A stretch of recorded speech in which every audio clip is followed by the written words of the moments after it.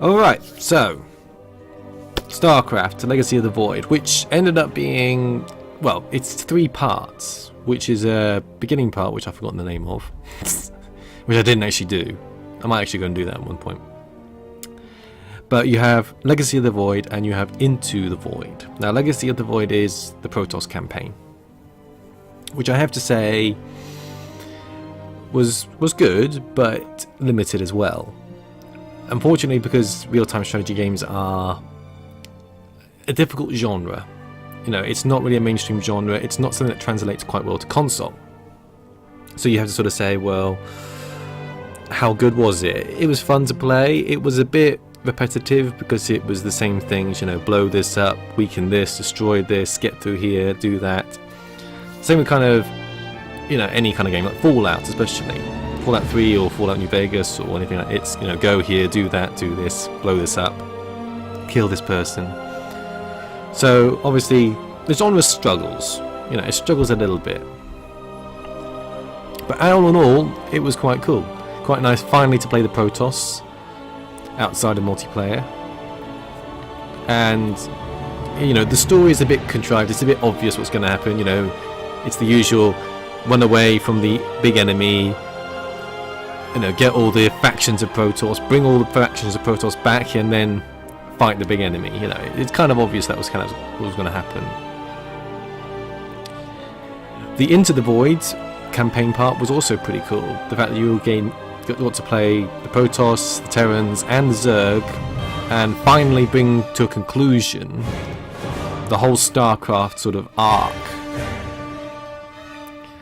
As I assume that this is the end, I mean, unless something amazing happens to do with StarCraft 3, then this can be considered the end of StarCraft, perhaps. Who knows? You know, anything's possible. As proven by the number of times they brought Tomb Raider back, or you know, name your genre, name your franchise. You know, they've done all kinds of things to bring stuff back. Now, all in all, you know, the game runs really well, and it would do from Blizzard. Blizzard know how to make decent games. They know how to put the full performance into their games. It's not something that you want to, that they don't sort of do by half. They absolutely make sure everything works to the letter, to the, you know, it works, it's good, no problem there, you know.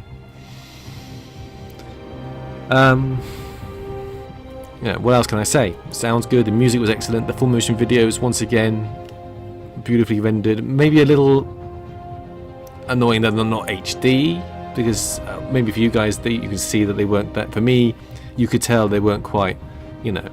But then you're looking at huge size downloads and everything else like that, which is not really necessary.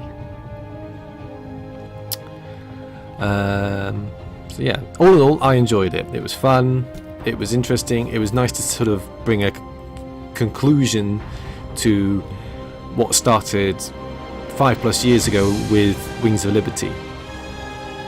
And it was good that it did actually bring a conclusion to it. You know, it wasn't sort of, oh, we've won, hooray. It's, you know, let's finally destroy Amon, let's finally close off the whole story, you know, bring all the characters to their natural conclusions. And that's exactly what it does. You know, it takes everything from the first game and its expansion, and it just upgrades it all and then carries on and finishes off. Now, it probably would have made more sense if it was all in one big game, but you know, it didn't work like that, and it was better that they released it sort of episodically. You know, different factions, different parts. So at least then, not only did you get a nice spread and not have to wait another 5 years for the whole thing to be released, but you also didn't get a sudden bombardment of missions and, I don't know, stuff like that to do. So I enjoyed it. I really did enjoy it. So I'm not going to accelerate this. Woo! Look at all those customer support things.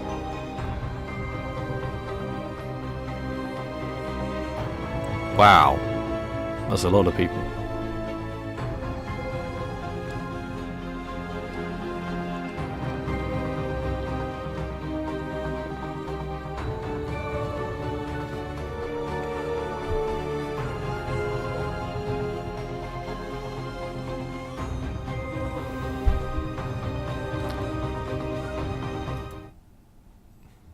There we go. Just trying to skip that. There we go. So yes, there we go. That's pretty cool. Epilogue completed. At long last, Amon is no more. Kerrigan has become Zelnaga and entered the infinite cycle. The denizens of Kopula sector now focus on reconstruction and recovery, making the most of the Kerrigan's valiant sacrifice. Empires have fallen, worlds have been shattered, and gods have been slain. Through it all, brave commanders have led their forces to victory and secured peace and freedom for their people. The saga of StarCraft 2 has ended. Thank you for playing.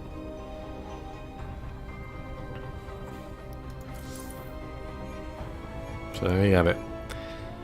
Well, as with all my playthroughs, thank you guys for watching on YouTube and whatever else you watch on. And this has been Cosmo the Coder, enjoying the final part of StarCraft 2. Hope you guys enjoyed it as well.